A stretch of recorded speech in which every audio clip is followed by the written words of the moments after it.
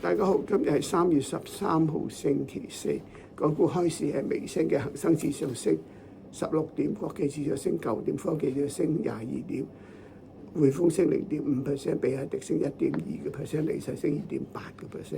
但開市之後咧，港股由升轉跌，權重股科技股跌，阿里巴巴跌1.8%，美團跌2%，友邦跌1.6%，騰訊跌0.9%。但係銀行股升，匯豐升，小米升，同埋 ICBC 工商銀行升。呢個上晝收市恒生指數跌173點，國際指數跌70點，科技指數跌127點，成交1215億元。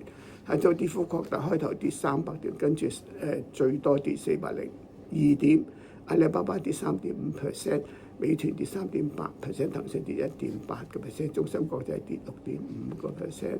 但係油礦同埋煤礦股升，中煤能源升3%，兗礦升1.7%，中國神華升1.9%，中海油升1.6%。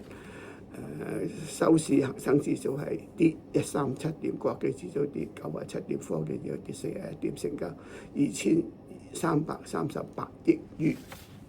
港股先升後回。